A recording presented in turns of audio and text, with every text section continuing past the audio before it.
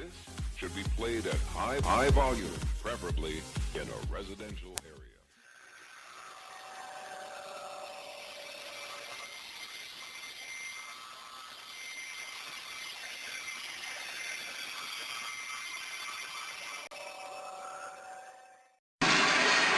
There's a great tradition. Greg McElroy, A.J. McCarron, Blake Sims, Dick Coker, they have all made big plays in fourth quarters of wins for Alabama in the past. Jalen told us the last time we talked to him, you're only as strong as your trigger man. Well, he's going to have to have both hammers back now. And this one won't be returned to bring it out to the 25. So can Mr. Clutch do it? That's Gary's term for him. And I'm telling you, all of those guys were good, but Jalen Hurts does not have to take a backseat to any of them. He has been Mr. Clutch, LSU, in the national championship game. Remember, he never got back on the field. He had the lead when he left. And against Mississippi State, with all the bells ringing, he hit that one right there. And I don't know if there's a more clutch player in all of college football. And believe me, he's got ice water in his veins. You have to be in this environment. Here he comes on a quarterback draw, but Auburn equal to the task again. Deshaun Davis, the middle linebacker. Deshaun Davis is the leading tackler, and you know he's zeroed in on the quarterback. Mr. Clutch. They picked up their last third down after being 0 for 6. Let's see what they can do with 3rd and 8. Hurts flushed out of the pocket. He'll keep it. He'll get it. And get whatever more he can before he goes out of bounds. I'm just going to say it. I don't think it was off the record. You can stop me at any time. When we talked to Kirby Smart following the Auburn game, he felt that Auburn got away with a lot of holes in the secondary against his receivers. He sent in 6 plays to the SEC. He was not happy about what he had happen in that game. Here's Damian Harris, brought down by Trey Williams. 10:29 on the clock running.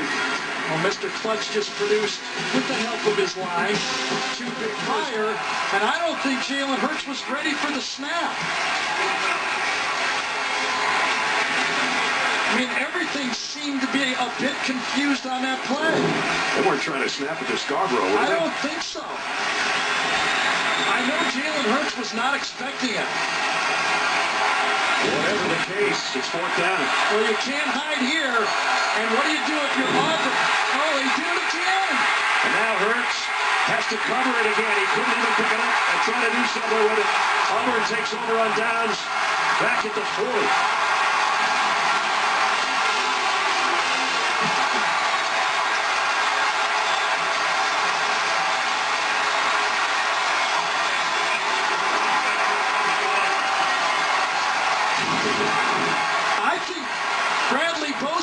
The guard who's making the call again sees Josh Jacobs clapping his, no, it's Bo Scarborough.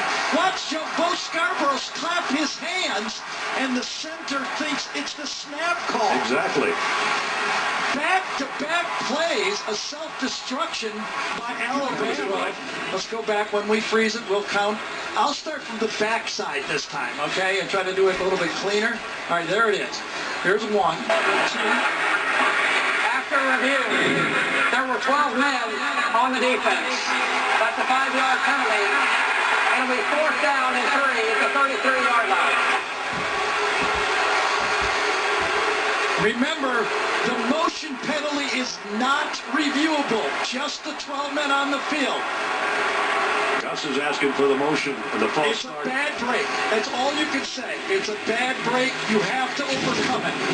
Let's count them one more time. 1, 2, 3, 4, 5, 6, 7, 8, 9, 10, 11, 12. Well, it's still 4th down though, remember. Yeah, but it's 4th and 4. Yeah, that's better than having the ball. That's right. Carlson would have been in field goal range. Think of that. 4th down.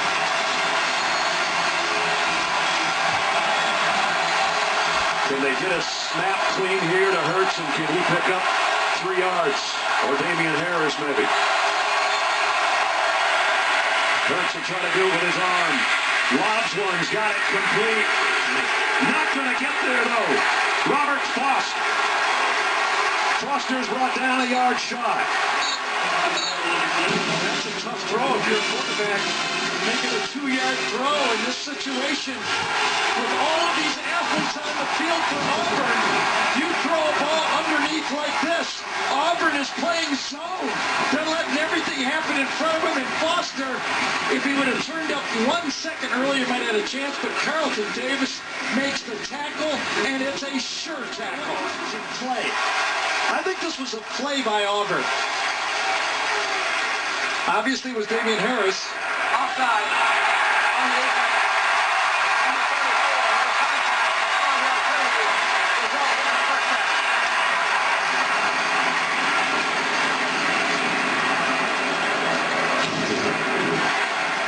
Number 34, I guess he's right here. Is that him? One of those two guys.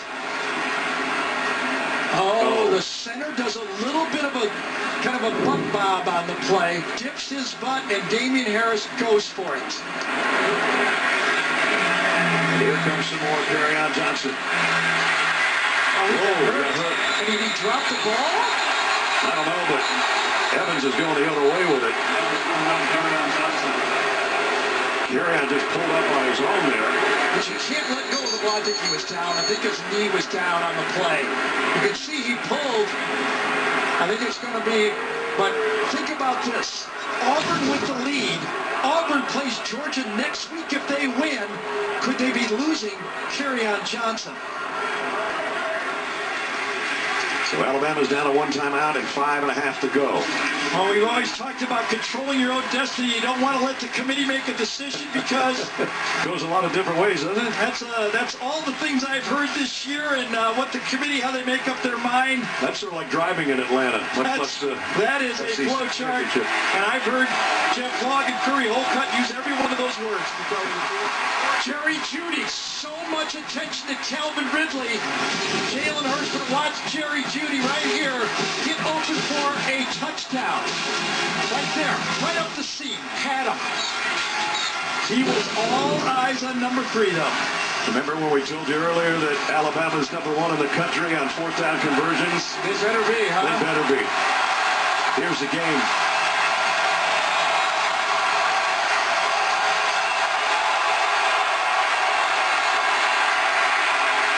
Hurts steps up. Might have been over the line of scrimmage. Passes incomplete anyway. Flags down. I think he crossed the line of scrimmage. It's not going to matter.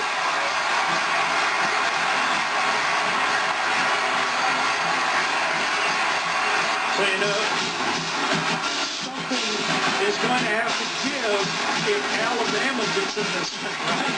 I mean, here's what the committee has never done in the playoffs. Selected a 2-loss team, selected 2 teams from the same conference, or left out the SEC and the Big Ten. Well, right now, if Auburn goes to Atlanta to play Georgia, they've got 2 losses. Alabama would have 1, but not being in the conference title game. Well, then you got Ohio State if they beat Wisconsin, TCU if they beat Oklahoma. I'm glad I'm not on the committee. Nice hit by Jennings. Tackle. That's what's wrong with these pundits. Now we're 1 under. These players, listen to them. Alabama It's tackle football, not hit football.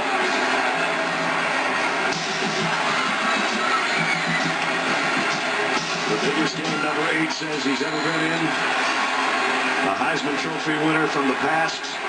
Looking on in anticipation. And the guy that's only lost 1 game, and it was in the championship to Clemson a year ago, can only look on now and think of what's next. But next is not going to be a win at Jordan-Hare. Well, remember that first drive by Alabama. They run the running backs, 4 runs, 67 yards. Bo Scarborough goes in, and since then, it's been all Auburn. Remember what we said about 3.5 hours ago? It has the feel of 4 years ago. as Auburn came back from a loss to LSU. Their quarterback got hot. That guy's been hot. Number 21 was carrying the ball. It was Trey Mason 4 years ago. It's Kerryon Johnson today. They didn't need a miracle kickoff field goal return because today they've just been so solid for so long that they're about to pull the stunner and win over a number 1 team twice in 2 weeks. Who does that? Amazing. And as we mentioned in the open, you said they were left for dead. Gus Malzahn's job was to talk radio that he should be let go. What had he done? Resurrect gone from number 19. They should be no worse than number 4. They and Georgia will get a rematch. The winner goes. All the Bulldogs said, Kirby Smart said as well, you want another shot at Auburn after making all the mistakes you made and all that? Every one of them said, we want another shot at Auburn. Remember, Gus Malzahn was caught saying, we beat the dog out of them. There was another word behind it. I know it. Has something to do with what